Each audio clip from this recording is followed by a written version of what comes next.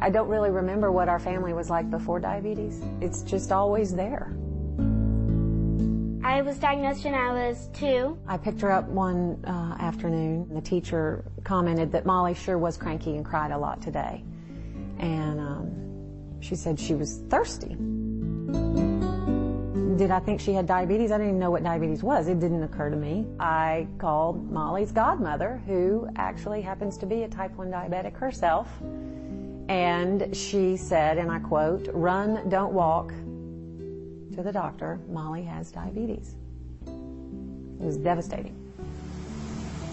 We immediately went to Children's Healthcare of Atlanta and received 2 days of training in reading food labels, meal planning, how to count carbohydrates when you're out at a restaurant. How do you go about, counting carbohydrates and so forth. So the diabetes educators at Children's Healthcare of Atlanta were really amazing resources for us because we knew nothing.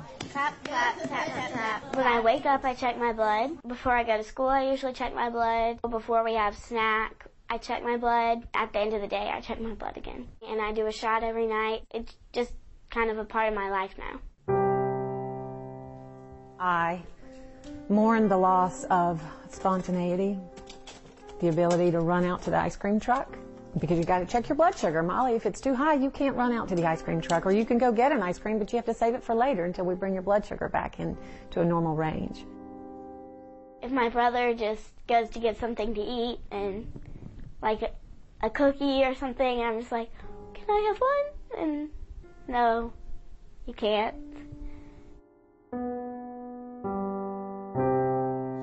Clap, move, over. Oftentimes you hear diabetes and you think, oh, this person must need to lose weight, a little exercise, perhaps some oral medication, or my daughter, for instance, she'll outgrow it. So there's a lot of misconception about this disease out there. We have to give Molly additional insulin. For her, though, it's life and death. Heart failure, loss of vision. Ultimately, you could have circulatory issues and lose a limb. Managing her diabetes before school. It was time for her first shot by myself. I'll never forget it. She was 2 and she's running away from me and, of course, scared for her life. And I picked her up and I put my leg up on the kitchen counter and I threw her over my leg so that I could shove a syringe. And that's just counter to anything that mother's instinct tells you, that you have to put your child through that. And it was going to be multiple times each day, every day, until when? Until there's a cure. So that was the punch in the gut. Sometimes I think about what my life would be like without diabetes. And so that makes me really want to find a cure. That's where we are today, striving to find the pot of gold at the end of the rainbow, which is a cure for diabetes. And we're still trying to find that rainbow. H-O-T-T-O-G-O.